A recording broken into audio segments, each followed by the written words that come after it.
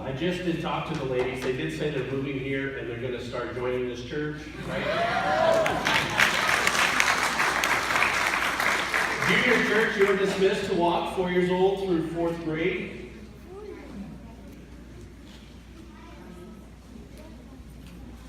This, I will actually say, is one of my favorite parts of letting kids go. You get to hear comments. They want to say goodbye and hug their grandparents. But it also gets to show us how many kids are actually coming and being a part of our church, and I just love it. In this Family Matters series, we've looked at how a woman can influence a kid, whether or not the dad is present, and how she can help teach them and guide them. We saw how we need to keep our boundaries. We saw the guardrails of our life and how we need to stay within the boundaries that God has given us. Then we looked at our graduates and, the places you will go, and how God can guide us through the valleys and the hard places. In one sermon, we saw how kids need to be seen and heard. They're not just to sit there and be silent. And I've heard many comments on the best sermon apparently I've given here, which was waffles and spaghetti. Yep. And heard a lot of people talking about that, how our brains are different. And then last week we looked at godly fathers and the signs that all men, godly men, need to follow to lead, not just in their homes, but in their businesses, in the communities, and in the church. In our last sermon in this series, we're going to look at godly parenting. We're going to bring all of this together. You got the women and how they think, the men and how they think, how kids need to be heard and seen, and how we all need to work together in the boundaries and follow this. I read this poem and I thought it was very fitting for this. If you love something, set it free. And it comes back to you, it's yours.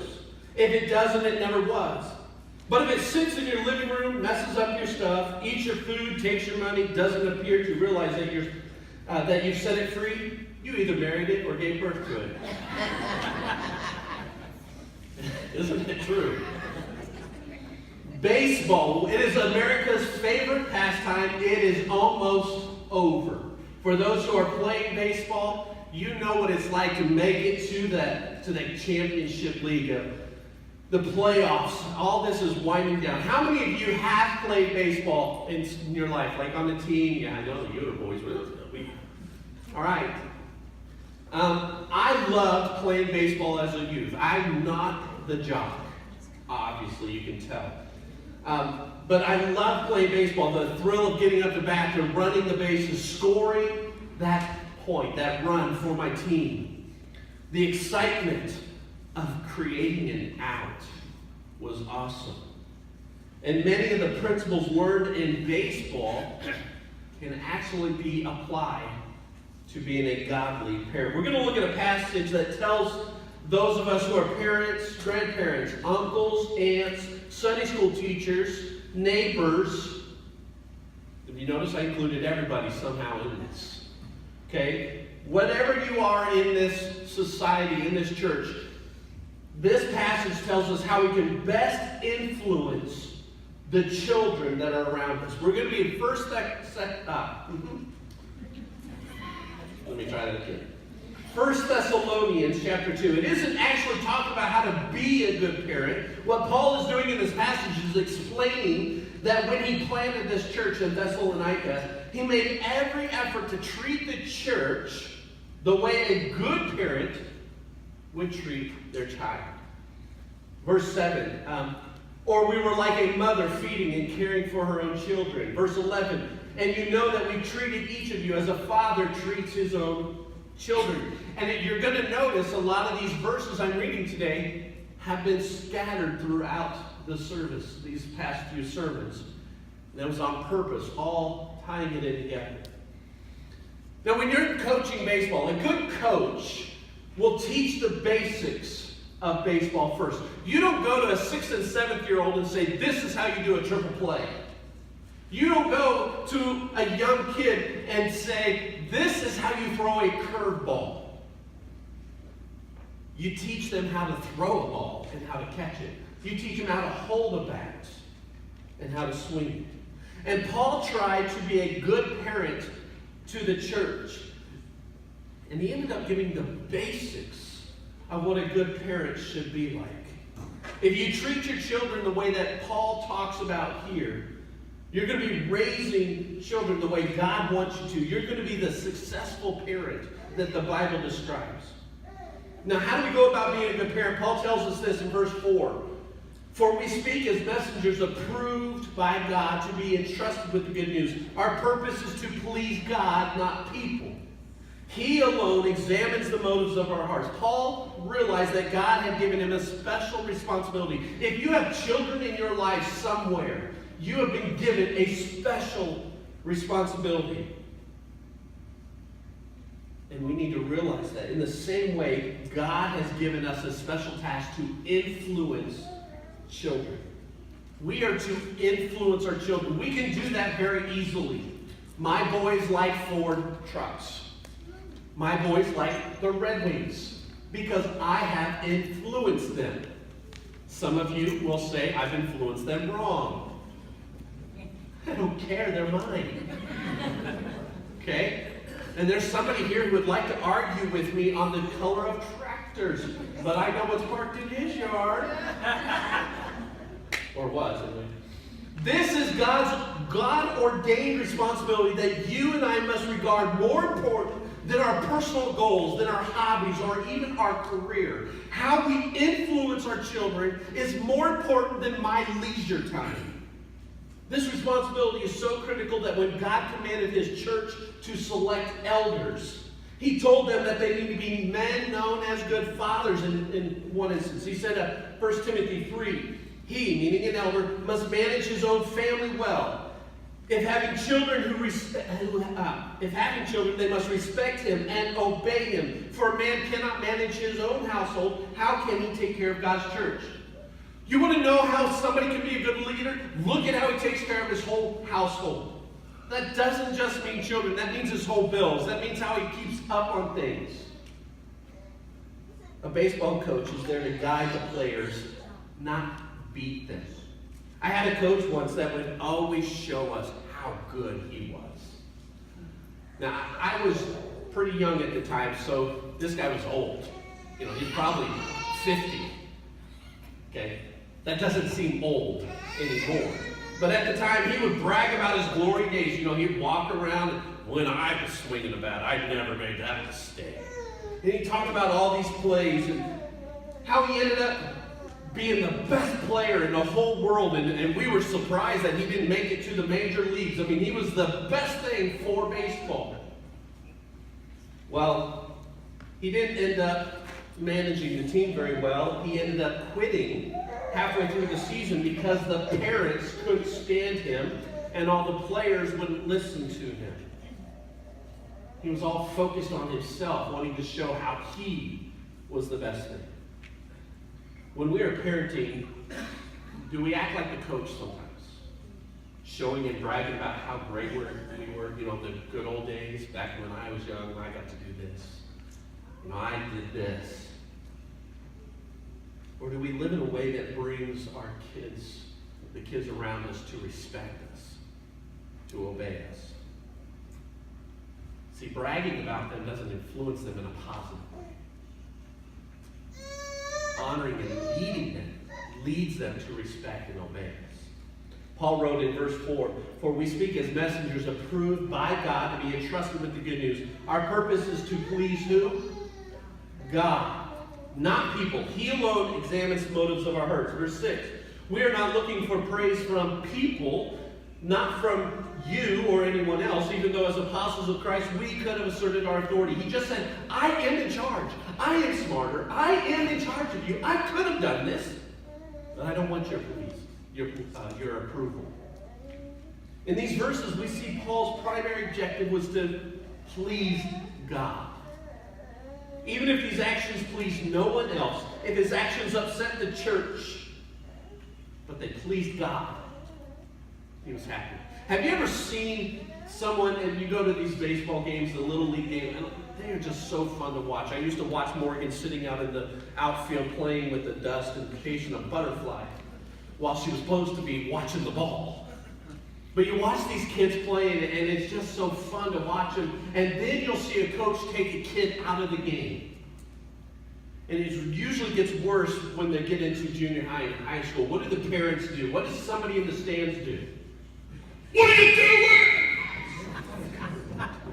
They start yelling at the coach, telling him, what are you doing? You're wrong. Get my kid back in there.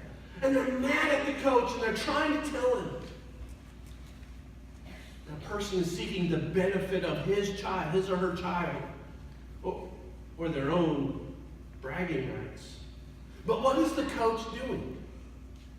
The coach is looking at the whole team, the end result. He's making a decision based on what the team is supposed to do, not an individual.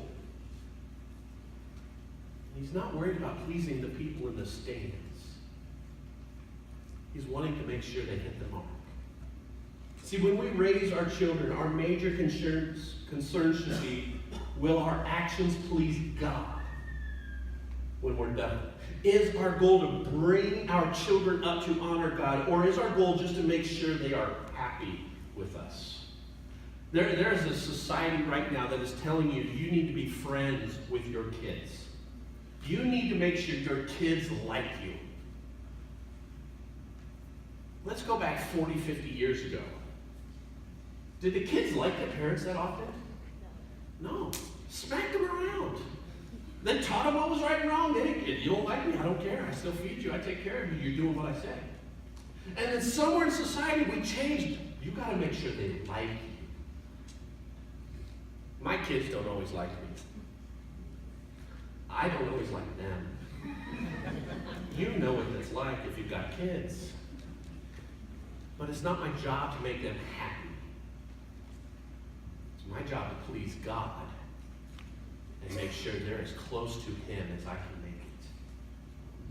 See, we're not here to be their friends. Too often, parents raise their children with an eye toward their kid, wondering, will they like me? Will they love me in return? They raise their children with an eye towards whether or not they're going to benefit from this. When one man visited, this is a true story, when one man visited the United States, he said this: the thing that impresses me most about America is the way parents obey their children. Wow. I just saw both of my reactions. My first was like, and then the second time I read that, I was like, oh, gimme, I want, okay, here you go. How many times do we just pacify and placate them because we don't want to deal with them? Once in a while, parents need to make tough choices, and they need to make difficult stands. And that means, especially for, I'm just going to pick on this row, you're not going to like it. How many of you seen those commercials that says parents the anti-drug? And it shows all these kids yelling into the screen, how dare you go into my room? That's my private stuff. Why can't you do this? You can't tell me who to go to. And then it talks about all these drugs and how these kids have parents who are standing up saying, no, you will not go there. You will not hang out with this. I will search your room. I remember when I was young, I used to hide things in my bedroom so my mom wouldn't find them. And it wasn't drugs, it was notes from girls. Yeah. And then she found them. I came home one day from school, and there they were all over the table. And there was things in there I didn't want my mother to see. And my first thought was, how dare you go into my room? And this was her thought, or her statement: how dare you bring these into my house? Oh, yeah, that's right. You own this, I don't. See, we need parents to stand up. We need parents to stand up and say, this is the way it's going to be. I don't care if you don't like it, because this is right. This is honoring. The point of that commercial is good parents make tough choices if they want to keep their kids off drugs and out of the wrong type of lifestyle. And if the world can see that, why isn't the church not leading that?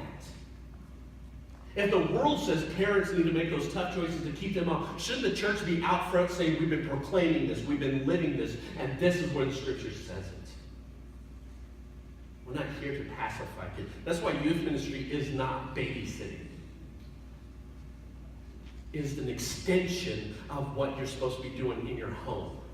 And Dustin, I've been in youth ministry, Dustin is going to face this. If we have parents who are not teaching Scripture at home, and then they come into youth group and the parents are like, well, that's where you learn that. You go to church and learn it. We can't deepen the kids. Because now we are now training and parenting them instead of letting that happen at home. I just got a little real there, didn't I? God has given the privilege of influencing lives of our children. God did that because God believes you are capable of modeling the qualities that kids need. Look, verse 11 and 12. For you know that we dealt with each of you as a father deals with his own children, encouraging, comforting, urging you to live lives worthy of God, who calls you into his kingdom of glory. Is it easy dealing with kids? No. Because they're like little versions of us. Okay? I think Morgan was like a month and a half old when I went to my mom and said, I am so sorry. Oh, I can't believe you let me live. It's not easy to deal with children. It's not easy to encourage them, to comfort them, to urge them to live godly and honoring lives. But we are the ones with the voice that truly counts. We are the voice. Our kids, those kids in our Sunday school, in our churches, in our homes, in our nieces and nephews. We're the only one whose words of comfort really can make a difference to them. Our respect and love for them are the only issues that can matter. Years ago, Emma Brombeck, she wrote this. For the first 4 or 5 years after I had children, I considered motherhood a temporary condition, not a calling. It was a time of my life set aside for exhaustion and long hours, hoping one day it would pass. One afternoon, with 3 kids in tow, I came out of the supermarket pushing a cart when my toddler son got away from me. Just outside the door, he ran towards the magical machine holding bubble gum in a big glass dome. In a voice that shattered glass, he said, and can you imagine a little toddler saying, gimme, gimme, gimme, gimme, gimme? And it's a lot faster, high-pitched, and louder than that. I told him I would give him what for if he didn't stop shouting and get in the car. As I physically tried to pry his body, now you've got to remember, she's got a cart, she's got 2 other kids, so she's trying to pry him, and these little toddlers are like on steroids, it seems like. They're grabbing this, and he's pulling and screaming and shouting, and she's in the middle of the parking lot, and what does the mom want to do? Hide. She didn't want people to see this. She's prying his body around, away from the bubblegum machine. He pulled the entire thing over. The glass and the bubblegum balls shattered and went all over the parking lot. And at this point, I looked around and saw we had a sizable crowd watching. I quickly looked and told him he would never see a cartoon in his life for as long as he lived. And if he didn't control his temper, he was going to be making license plates for the state. This mom just overreacted and said, you're watching infomercials for the rest of your life. And you're going to make license plates. And this little toddler is just, huh? Okay? He tried to stifle his sobs, and he looked around at the staring crowd, all watching him. And then he did something that I was to remember for the rest of my life. In his helpless quest for comfort, he turned to the only one he trusted his emotions with, me.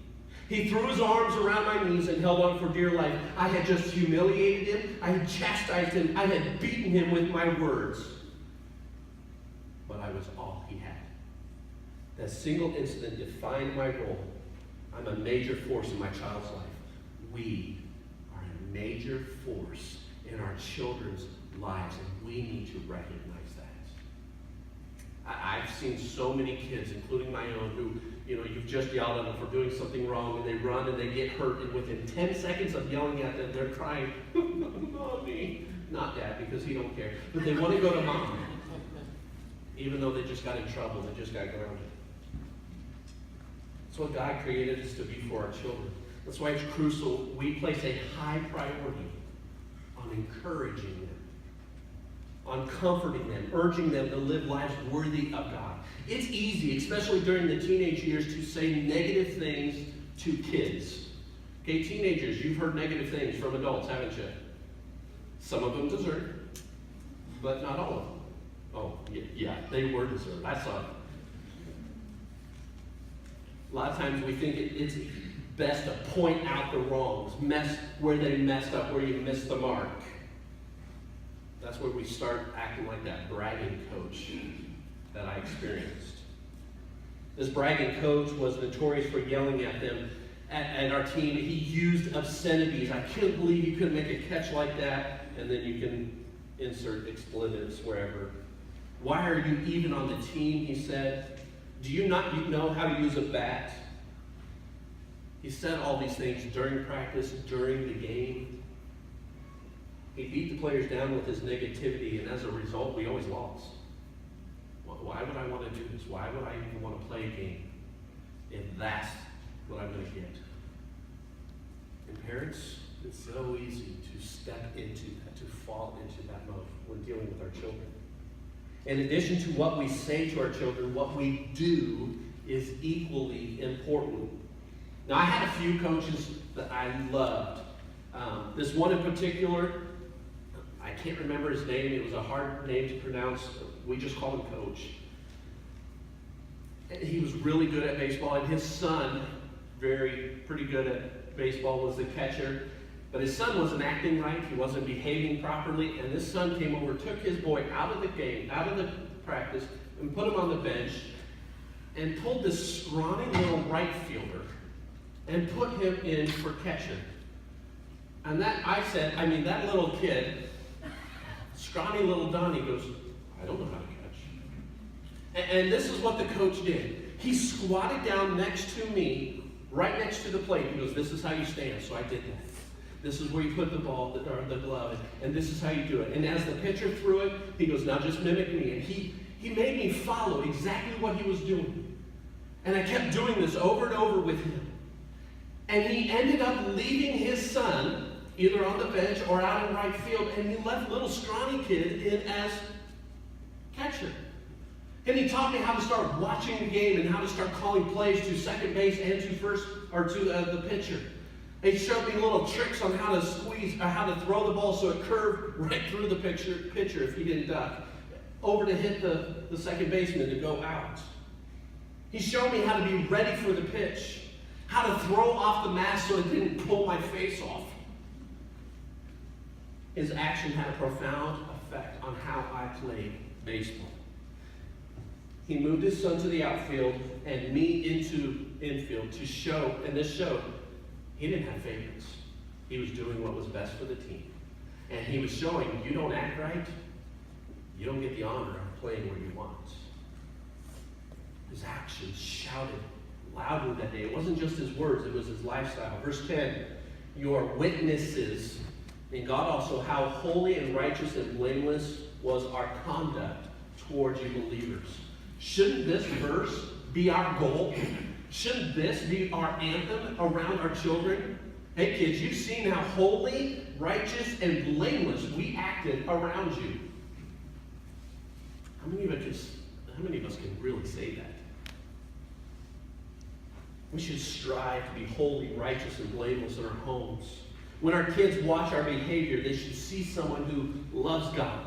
When our kids listen to our words, they should hear somebody who's honoring God. Our goal should be holy, righteous, and blameless living. But I know by looking into some of your faces right now, I can see it, you failed in that at times. And looking in my face, you should be able to see he's failed at times. Have you ever behaved badly in front of a kid? Have you ever gotten so angry you began to scream at them? You got so upset that you behaved in ways that were wrong? You were more like that toddler grabbing onto that glass bubblegum machine than a responsible adult? Kids, you need to hear this. Parents mess up. We're not perfect. We do things around the house that embarrass ourselves, let alone embarrass you. And when we do that, guys, when we do that around kids, or to our kids, we know it's wrong. And when that happens, what do parents usually do? When a parent does something wrong in front of their kids or to their kids, usually it's your father's fault that I did this or said this.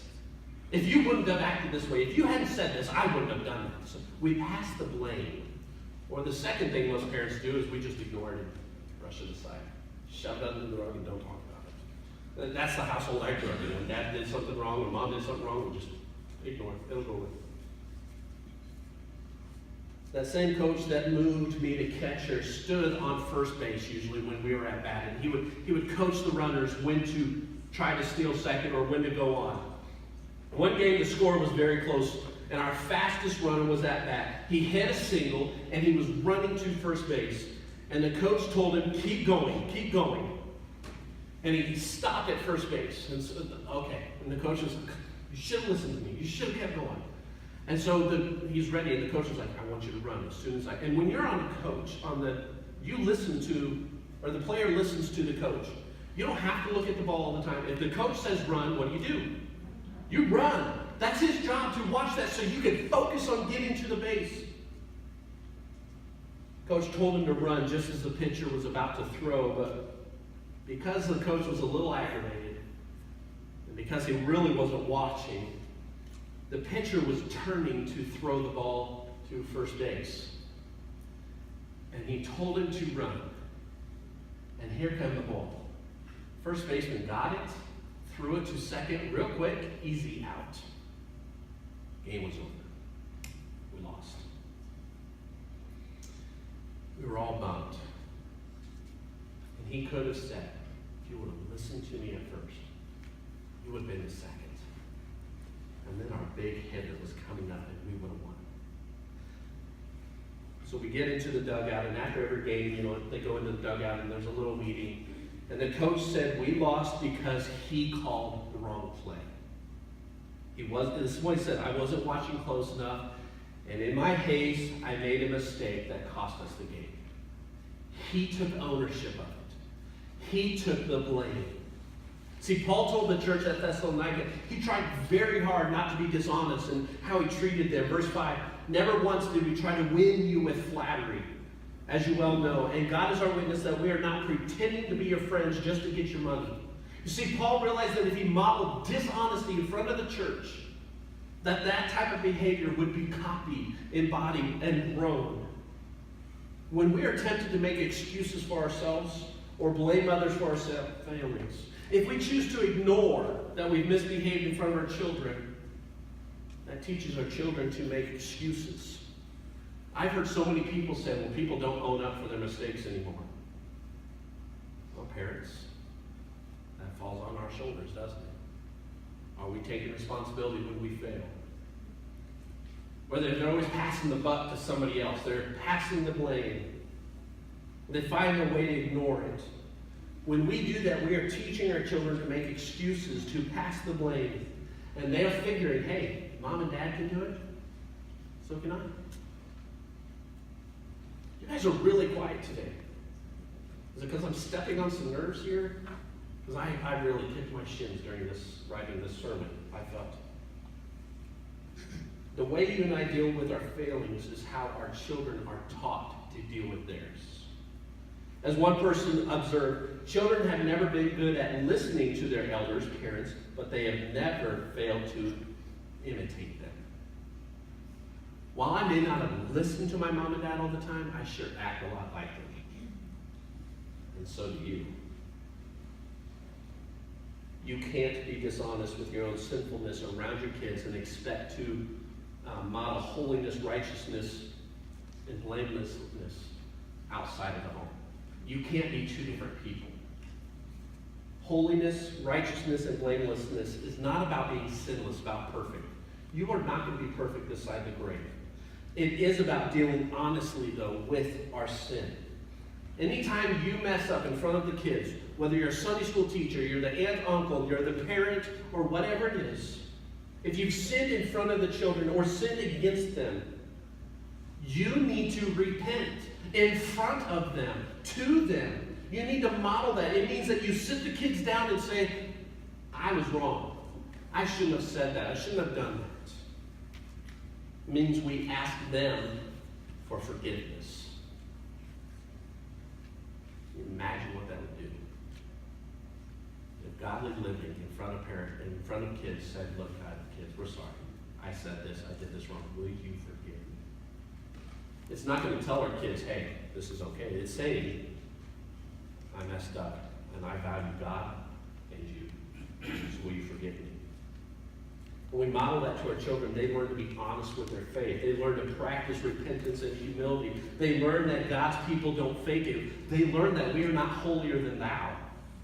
We're just people who love God enough to trust Him in everything. And when we mess up, we admit it. We want our kids to trust it. Do you want your kids to go to heaven? Do you want your kids that are in your life to live God-honoring lives? Then that means we model it for them in every aspect. And that leads us to the last thing. The most important thing you can give children is salvation. Now, you can't save them. You cannot take them to heaven. Paul wrote in verse 4, we speak as men approved by God and trusted with the gospel. You are entrusted with the news, the knowledge of salvation, but you can't save them. But you can bring them through your words, through your actions, through your lifestyle, to the one who can. We need to realize that our kids need to see God so powerfully in our lives, not just in the church building. So we live it for them.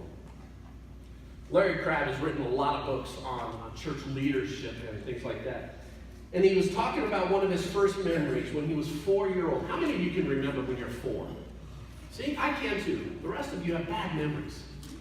Yeah, I remember things when I was 4 on how my mom was teaching. And some of you are like, I can't remember yesterday. Larry Crabb was talking about when he was 4 years old. He said, there was Sunday morning, about 50 people gathered around for their Lord's Supper service. The elements were covered on the table with a white cloth on the table in the middle, and the arrangement was very intentional. It spoke as Christ being the center of our thoughts. But here's what he said. Dad stood to pray, and I was lying on the floor looking up at him. Even now the memory is clear. I thought to myself, he actually thinks he's talking to someone. And whoever it is means more to him than anyone else. A 4-year-old saw his dad praying and realized, my dad truly believes this. 4-year-old. And it led Larry Crabb to being a great church leader. Because his parents modeled it and showed him. What would happen if we started doing that in our children's, our youth ministry, and more importantly in our homes? And as people said in our elders meeting, you don't quit being a parent just because kids move out of the house. Your roles change a little bit, but you will always be mom and dad. Always. So your role of giving advice, of encouraging, comforting, guiding is never over. So don't stop. Will you stand? Will you say, I'm going to make the tough choices, whether the kids like me or not? Because I'm not here to please the stands. I'm here to please God. What will you do? Will we look at parenting? Will we step up to the plate? And will we say, I'm going to knock this out. I'm going to do it the right way. I'm going to follow God's instructions and do it this way, even though it's hard. Or are you going to say, I'm just going to wing it on my own opinion. I'll just do what I can and let them figure it out. Because any parent should say, as for me and my house, we will serve the Lord. So what about you? Through this whole series, we talked about how we individually influence people, how our marriages can work, how we are doing things to keep our boundaries. And now we're looking at our homes. Because families matter. We need to, as a church, show the rest of the world what it's like, what it's supposed to be like. Even when we fail, we show them how to fix it. So what will you do? Will you stand? Will you give your life to Christ? Will you say, I'm ready to be the parent I've never been? Whether they're in home or not. Will you stand and say, I'm ready to make those tough choices for God's honor, not my popularity? Will you stand and say, I'm ready to live as God says? Let's stand today and sing a song. And if you need to make that public decision, won't you come and proclaim it to God? Lord, reign in me. Guys, this is a busy